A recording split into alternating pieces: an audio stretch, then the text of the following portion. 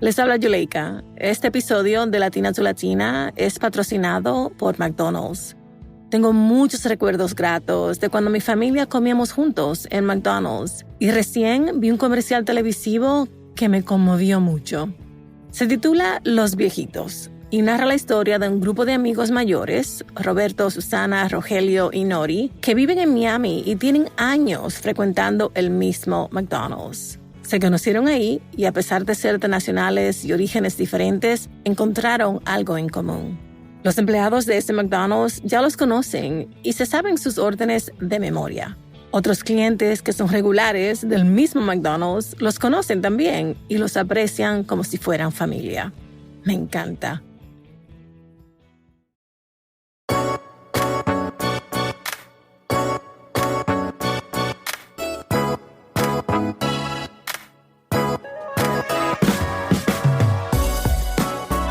My friend Mildred Otero has spent most of her career dedicated to improving education. As a staffer on Capitol Hill, at the State Department, and now as the Senior Vice President of National Impact at Leadership for Education Equity, Mildred has cultivated incredible insights about how you advance causes you believe in, stand firm, even when it means standing in opposition to your friends, and the key to productive negotiations.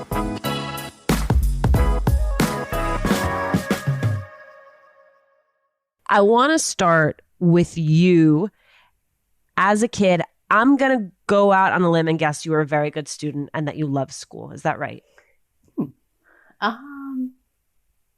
Love. I don't know if love.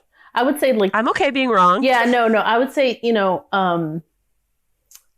I talk about this a lot because of the work I currently do. I am a survivor of the New York City public school system. Tell me more. And I didn't even realize it until I got to college. I'll give you one example. There's a recent podcast called Dear White Parents. Mm-hmm. That middle school was my middle school in Brooklyn. So I literally cried through most of that podcast because I understood. I literally had to walk through two public housing complexes before I would get to my middle school every morning and every afternoon. It was juxtaposed in this really wealthy area surrounded by a lot of poverty. And it's just so indicative of New York City and the way, lines are drawn and where kids end up. I was a survivor because I was actually living educational inequity and I didn't even know it. And then I went to high school, and in high school, I literally met a teacher who is a mentor and a friend to this day, who really just supported me in a way that I know that she's why I went to college. I know that she is why I stayed in college, right? She helped me navigate a world I didn't even know I needed help navigating. My story is not unique. I went to college and then found out, oh, wait, I'm now going to pay college tuition for the math I should have gotten in high school because I didn't know that I wasn't getting the math I needed to be able to compete in college. Oh, that's what it means to go to an underperforming high school. Is there then a moment that you can point to where you realized that educational equity was going to be central to your theory of change? Yeah. I honestly, not until my 30s. Because again, part of what happens when you're low income is you're just trying to get out. You're trying to how do I set myself up for a good future? I knew education was important because my mom had a 7th grade education and her father pulled her out of school in the 7th grade because she was a woman. All my uncles got to finish school. She did not. We were 3 girls. My mom just really instilled in the you will finish high school. That's all she understood. She didn't understand college or what it meant, but in her mind, coming to America was her children would know English and they would graduate from high school because they would have opportunities. And then I went and became a social worker. I was a social worker for 6 years, and my focus was children who have been physically and sexually abused. And that was my world for a long time. I really was very much focused on how do I fix the child welfare system in our country for those kids who have the least and those kids who have no voice and being a voice. And I was really proud of the work that I did in the Brooklyn DA's office with those children. And then I got to this phase where I was like, oh, wait, there are laws and policies that undergird the experience these children are having that I actually need to play a role in trying to shape and to make better. And then I went to DC And I went to work for Senator Clinton through the Congressional Hispanic Caucus Fellowship. And it was in that experience, when you go to Capitol Hill, this happens to me now when I talk to a lot of younger people who want to come to Capitol Hill. And I was like, I just want to work on the Child Abuse Prevention and Treatment Act, CAPTA. This is the one law I want to touch. That's right. That does not happen on Capitol Hill. You are given a portfolio of issues. And when I was given that portfolio, the issue that I wanted to work on sits inside of a committee that also works on education issues. And it was through that journey that I realized, like, oh, my life experience was preparing me for this opportunity. Juleka here. You already know I'm a First Republic Bank client, but have I talked to you about their app? This best-in-class banking app allows you to bank anywhere, anytime. That's in addition to your dedicated personal banker for when you need one-on-one service. With this combination of personal attention and convenience, it's no wonder that First Republic Bank has a client satisfaction rating 2 times the industry average. So, whether you're starting on your financial journey or planning for your future, you can count on First Republic to be there for you every step of the way. Visit firstrepublic.com today to learn more. That's firstrepublic.com. Member FDIC, Equal Housing Lender. Is there something that is getting in the way of your happiness or preventing you from achieving your goals? I have found in my own life that talking with someone can really help, but sometimes the logistics get complicated. BetterHelp makes it easy. They'll assess your needs and match you with your own licensed professional therapist so you can connect in a safe and private online environment. You can start communicating in under 48 hours. It's really convenient. It's not a crisis line. It's not self-help. It is professional counseling done securely online. You can send a message to your counselor anytime. You'll get timely and thoughtful responses.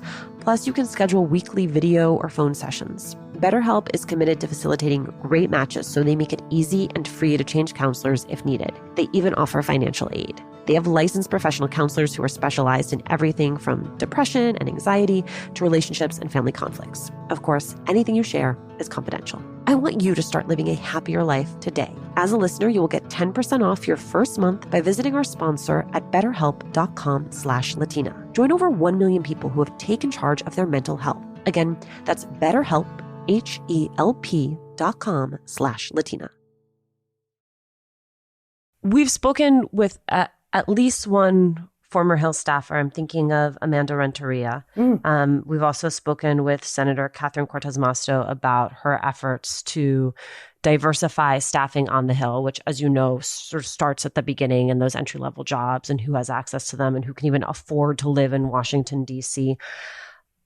What were the finer points of working on Capitol Hill that were not apparent to you being first gen, not having, people in your life who were in politics? Like, what surprised you in those first few weeks and days?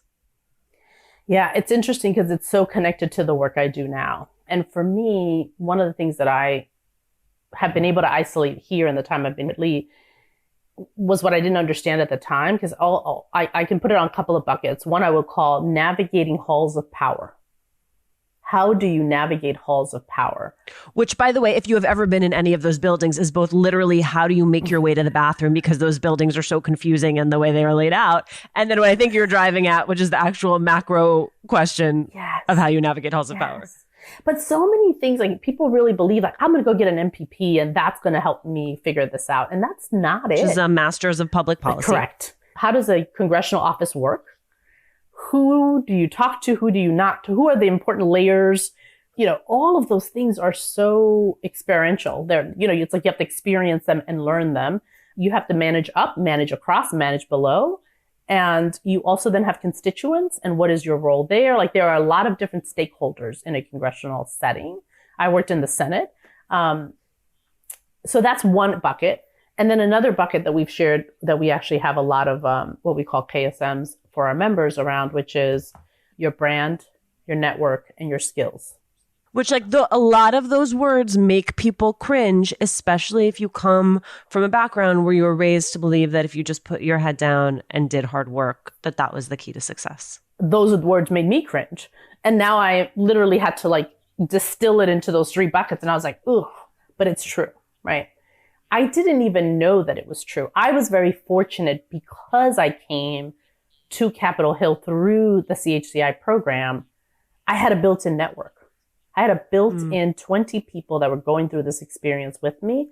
I didn't even realize at the time how truly unique that is, right? Because normally you come to the Hill as a staffer, you don't come in with a whole bunch of other people that can support you through it. So especially as a fellow, on a bad day, on a tough day, you had 19 other people that were experiencing a similar experience. I can't say how important that is. The second is really understanding your brand. And it's a new term, because when I came to Capitol Hill, that was not a term that people were using or even, right? But I knew then, because I came to the Hill at, like, I turned 30 2 weeks after I arrived. I already knew, because I'd been in the workforce for a while, like, who you are, your name. You don't get those things back. You don't get a second chance to make a first impression. How do you do that? And how do you do that authentically? I will tell you, Lisa, I spent a lot of years on the Hill helping a lot of Black and brown women. It almost became my job. The best compliment I ever got was from a former staffer that, when I started working at Lee as a leadership development organization, said to me, wait, they're going to pay you for what you've been doing for free for years? And I said, yes, this is important work. Because when you put someone of color who comes from a low-income background in halls of power and say to them, go do good work, lead with equity, take tough calls, and you provide no support around them, it doesn't happen. And two things happen. They acquiesce to the environment that they're in. And sometimes they, become perpetuators of some of the inequity over time, or they leave. They're like, this is a terrible place. I'm out of here. Which is interesting to me, because we watch with multiple administrations that when something happens, when a decision is made inside of an administration that doesn't lead with equity, there's often this call for staffers from a number of communities to leave, right? To say, clearly this is in line, make a show of leaving. And I think that the reality when you're on the inside is just always way more complicated. Oh, yes. And I have to say, there is a balance that we don't always talk about. Listen, I navigated some really hard moments. I don't think we acknowledge that enough. As a Democrat, when you are pushing against a Democratic administration, it doesn't feel good. I can speak to specific moments where I had to stand in a moment of like, this is what is right. And if I don't fight with you, then I'm not doing my job. Like, I'm not serving the role that I should serve here. Total side note, we have this, I think, a challenge sometimes that people will say like, well, you're just not understanding me. Let me explain it again. So I would get a lot of that. Like, you must just not understand what we're trying to accomplish. Let me explain it again.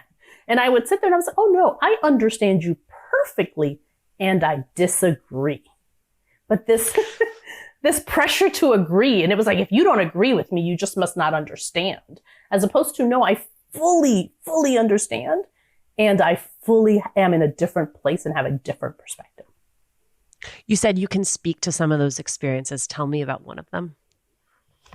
We had a really tough moment. It probably was one of the hardest moments. I was working on the committee at the time, at the Education Committee in the Senate. The administration at the time was the Obama administration, and they had a particular policy that they wanted to push on the higher ed side, and they aligned themselves with Republicans on our committee. So Democrats were left flat-footed on a policy that we know has long-term difficult effects for low-income kids. And in that moment, you could do what you need to do optically, right? Or you hold on to your values and you say some really tough stuff. And I think the hardest part of that was saying some tough stuff to our friends in the administration. And we ended up in a good compromised position, but it would have been very easy for us to just go along and done this big show of bipartisanship. So those are the hard moments when you know that behind the scenes, this was much worse and you fought to make it palpable, and you get no credit. And you get no gold star for that. Right. You get zero credit for that. And you also jeopardize relationships within the administration because you push them to where they didn't want to be. Right. Those are the difficult moments. And I regret none of it. Right. Because I think ultimately who you hold yourself accountable to, and who I hold myself accountable to, are the low-income kids who have to deal with that policy in the future. I love that. That's a good gut check to remember who it is that you're there to serve. I do want to talk about your time as Chief Education Counsel for the Senate Committee on Health, Education, Labor, and Pensions, which, to your point, just the name of that committee shows you that you do not get to work on any one specific program or issue. You are always dealing in a larger portfolio. I think something that those of us who have not worked on Capitol Hill, you hear congressional negotiations, and there's a natural instinct to imagine a bunch of members of Congress sitting around a table. But that's not actually how things get done. Nope. It is 30-year-old staffers like yourself who are sitting there. Can you pull back the curtain and give me a sense of what those talks, what those negotiations on any number of issues, what they look like? There was a time, especially on the Education Committee, where there was deep bipartisanship and the staffers were in relationship with each other. Deep relationship. Which means what? You're like texting, or you're getting lunch, or you... Yeah, the happy hours, dinner, you are in relationship. The reason why that's important is, and I see it happening in our politics overall, that the other political party is not your enemy. The other political party is your conduit to getting a law passed. We're never going to be a one-party system in our country. But I remember even advising some staff who had real difficulties, like, it's your job to go have lunch with this person. Go find out who they are. What do they believe? Where did they grow up? Are they married? Do they have children? What makes them tick? What wakes them up in the morning? Once you understand someone, then you can negotiate with them on a very different level than like, well, you just don't know what you're talking about. Like, that doesn't get you very far. So those were the ways in which we were in deep relationship. Then you could really say, okay, here is the goal of our policy. Tell me the goal of what you want to see done in this law. And once you've established goals, then you work your way back about what you can negotiate. Laws are like thousands of pages. And as you're going through them, you have to ground them in data, research. So there's a lot of back and forth, but it should always be grounded in the facts as opposed to the sort of perception of things. I think you just gave a masterclass in negotiations that I will be bringing to something as inconsequential as what we're going to have for dinner tonight, but all the same, I appreciate it. I'm serious, because these things do impact our lives, right? They impact the schools that we send our children to. They impact the taxes we pay. They impact the healthcare we have access to. And it's all living in 1,000-page documents with Hill staffers who are trying just to get things done. Mm-hmm. With oftentimes very little time. So how did you ultimately pull yourself out? Tom Harkin, who was the chair of the committee at the time, announced that he was retiring in January of 2013. And when he announced his retirement, I remember, walking back to my office, getting on the phone with my older sister who'd been here in Florida since 2004. To your point, I went to do a fellowship and I thought, I'm going to do this for 9 months and then I'm going to go do something else. And then I was in DC for 12 years. And I remember calling her and being like, my boss is retiring and so am I. I'm finally moving to Florida. And I think I could have easily been sucked back in if not for the fact that 10 months later, I met the man who's now my husband, who was splitting his time between DC and Miami. And then it made that future even more real. It was like, I put something into the universe and now the universe is aligning things to make that happen. As I was leaving, everyone was like, wait, you're not going into the administration after Tom Harkin retires? Wait, you're going where? You're going to move to Florida? But I knew for me that my next phase was about teaching others to fish.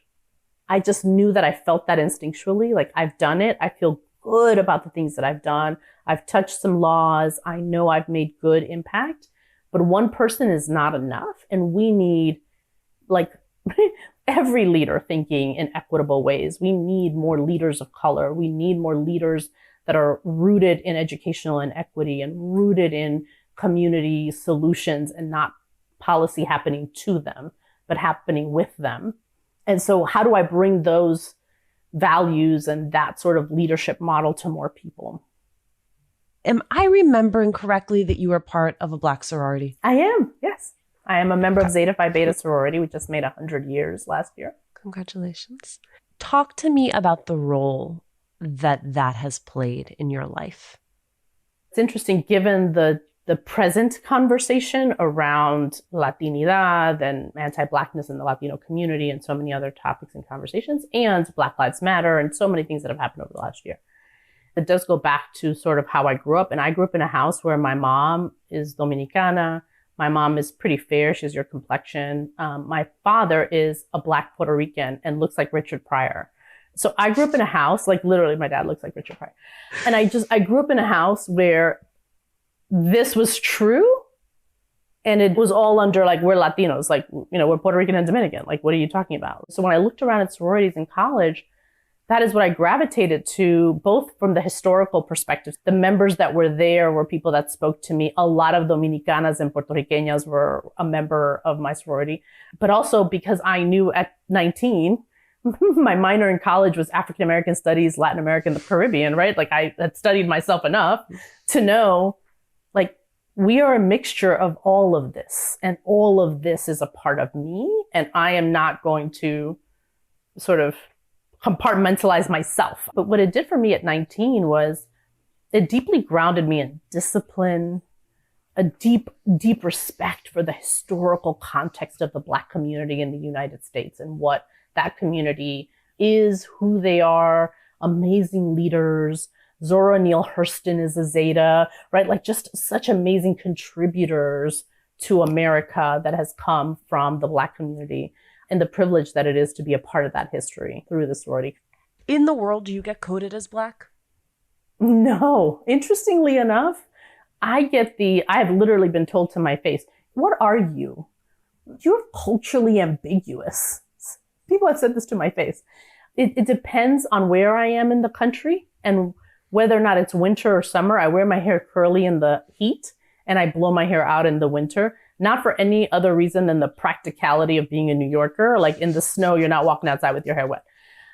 So when my hair's blown out, I might get, oh, are you half Black, half white? I'll get some of that. Or are you Black, right? I'll get some of that. My hair is curly. People are like, what are you?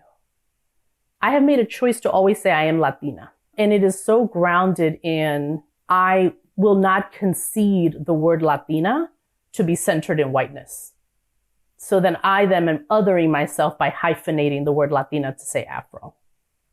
I am centering the word Latina in a mixed race people. I am super proud to be Black. I am super proud of the Blackness in me. The word Latina is a mixed race people. And when I walk into a room and I say I'm Latina, people look at me and are like, oh, she's Black. Yes. And that too is Latina. We can't let ourselves as a community get defined before we even walk into a room. And then we're somehow treated differently because we don't look like what people think we should look like on both sides of that spectrum, by the way. Because I also have Latina friends who are like blue-eyed and blonde and get the same treatment from other Latinos who are like, oh, really? You're Latina, right? So we do that to each other, which is really unfortunate. Identity is a deeply personal experience. And we have to not project our stuff onto other people. And how do we make space for who someone's lived experience allows them to show up as? That's the work. If you don't do that, then you're negating their experience to your benefit. I think I moved this back to my social work training, right? Like whenever you're with a client, you start where the client is. You don't start where you want them to be. You start where they are. What is their lived experience? What do you know? And then you find strength in that. And then you build on that strength to where you can help that person to be in a healthier place. Mildred, thank you so much. Thank you. Thank you for having me. I took so much away from this conversation, as I do every conversation I have with Mildred. But if I had to pick one part that I have thought about most, it's Mildred's reflections on the art of compromise. While we will not all be congressional negotiators, we all do negotiate every day over different visions, different ways of approaching a problem. And I'm struck by Mildred's insight that you cannot do that effectively unless you understand what is motivating the person on the other side of that negotiation. Who are they? Where do they come from? What is it that is shaping their thinking? Yes, there are, of course, bigger questions. When does it make sense to hold firm? And when do you make concessions in the name of getting something done? But even that is easier to assess when you know what is motivating the other side.